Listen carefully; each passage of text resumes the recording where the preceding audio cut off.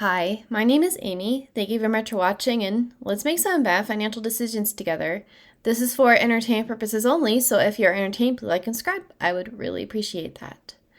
So, I was talking with Brad, the income architect, the other day on the Ambassador Quan space, and I was asked at the end what I think about when people say, you are too young to invest in high income ETFs. And I answered in a certain way, but I'd like to go over that answer again. So, the question of, I don't think it's a matter of you're too young, it's actually a budgeting question. So, when I was first trying to figure out my grown girl professional budget, the the rule of thumb that I came across was if you have two people in your household, you should live off of one person's income and use the rest, the other 50%, for your goals, for your investing, for emergency fund, retirement, everything. So 50% to live, 50% for everything else. But I was my own person. I didn't have significant other. So I figured, okay, if I could get my life, everything I need at 50%, then the other 50% I can use towards my other goals, like retire early and things like that. But what happens when your salary doesn't actually fit your goals? And the budget, a lot of people talk about creating your budget, and we focus a lot on creating it so that your income is more than your expenses, which is the basic part. But the other part of budgeting is the ideation. Where do you want to be? Where do you want to be in 5 years? Where do you want to be in 10 years? Where do you want to be in retirement? So once you do the ideation and you are setting your systems into place, budgeting is actually really easy. Well, it's straightforward at any case.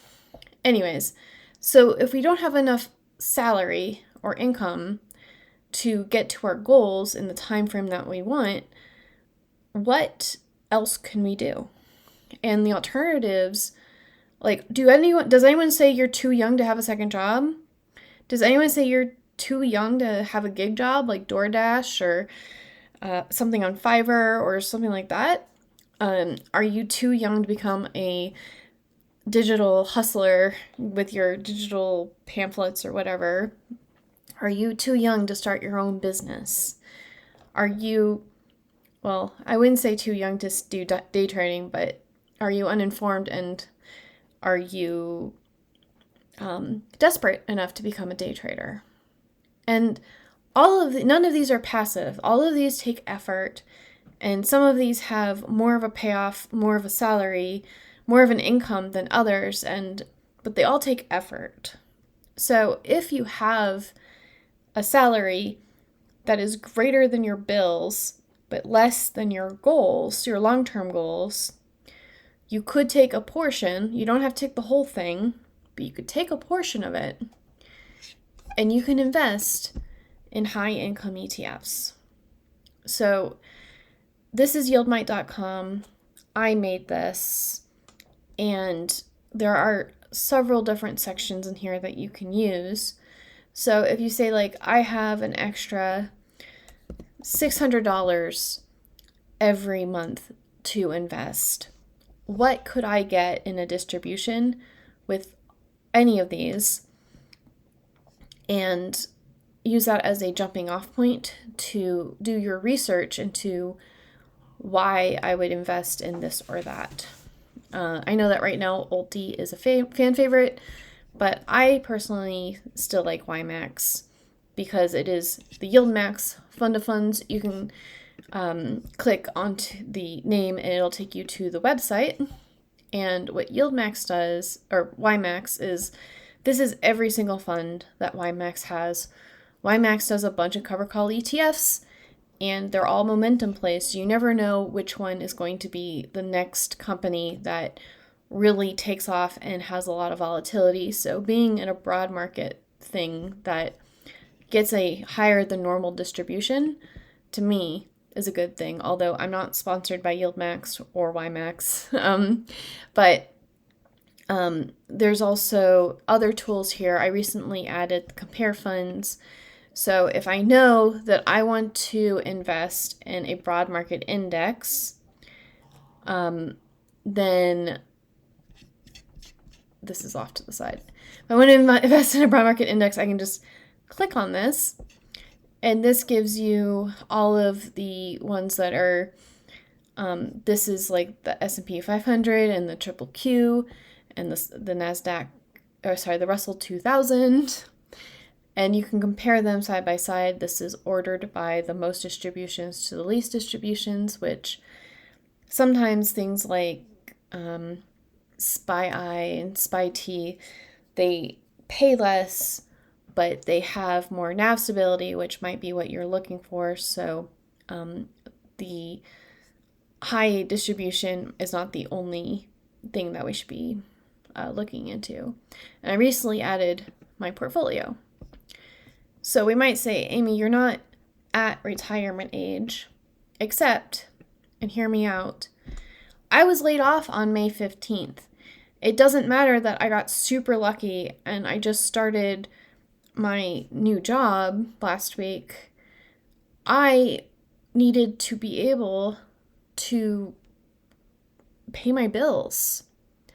And my expenses right now, not including my condo, and comes out to be $4,500 a month. So if I can get $9,000 a month through my high income ETFs, then I was not set up before this to do the 9,000, but if I'm consistently getting this $9,000 per month and I have a job now, then this money I can reinvest in my portfolio. I could, if I wanted to and I didn't have other goals, invest in the underlying, or I could use this money to invest in my IRA towards my retirement account. I can use this money to pay off my house earlier, my trailer, so that when I am finished with my trailer, I will have, $1,200 less every month that I have to come up with. So when you have more money to play with, you have more options for what you can then strategically do and like what is best for me in the long term.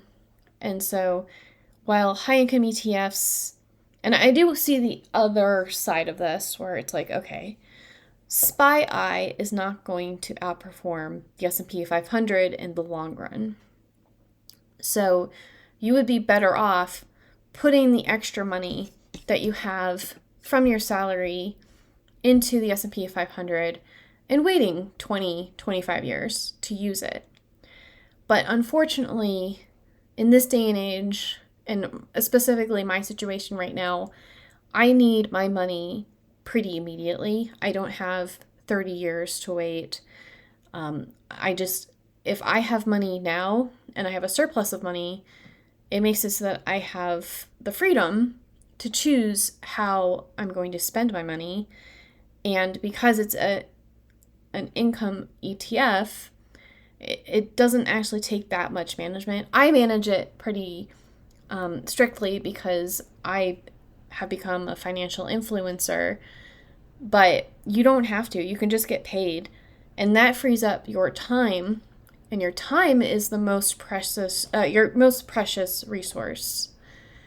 Your time, you can spend more time with your family, your pets, building up your skills so that if one of your friends has this amazing idea, you'll be in a good position to be able to help them or like to get onboarded into whatever crazy new idea is happening.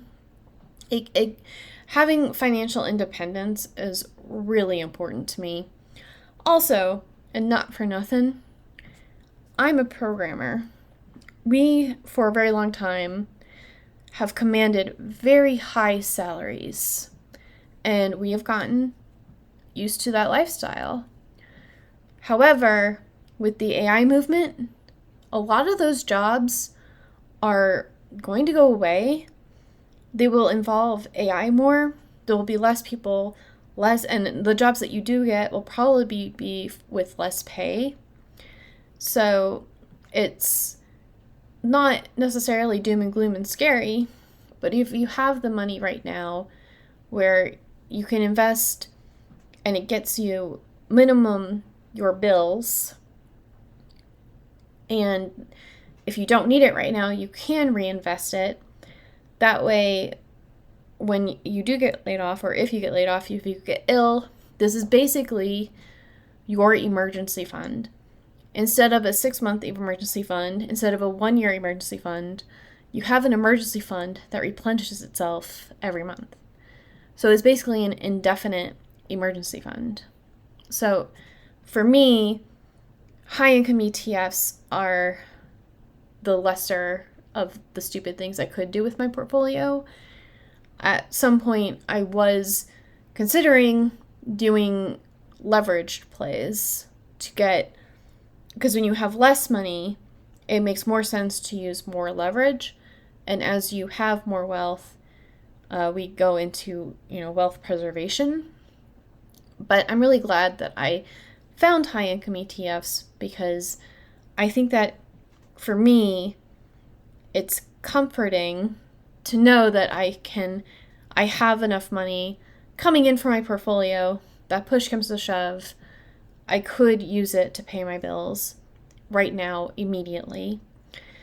And when I don't need to use it right now, immediately, I can use that money to, like I said, like do my 5-year goals, pay towards retirement. I can pay whatever, and I don't have to reinvest 100% into high income ETFs. So that's just my opinion on, are you too young to invest in high income ETFs? My opinion is just that if you need income and you have some saved money, this is the easiest way to get more income. So what do you think? And I will talk to you later. Bye.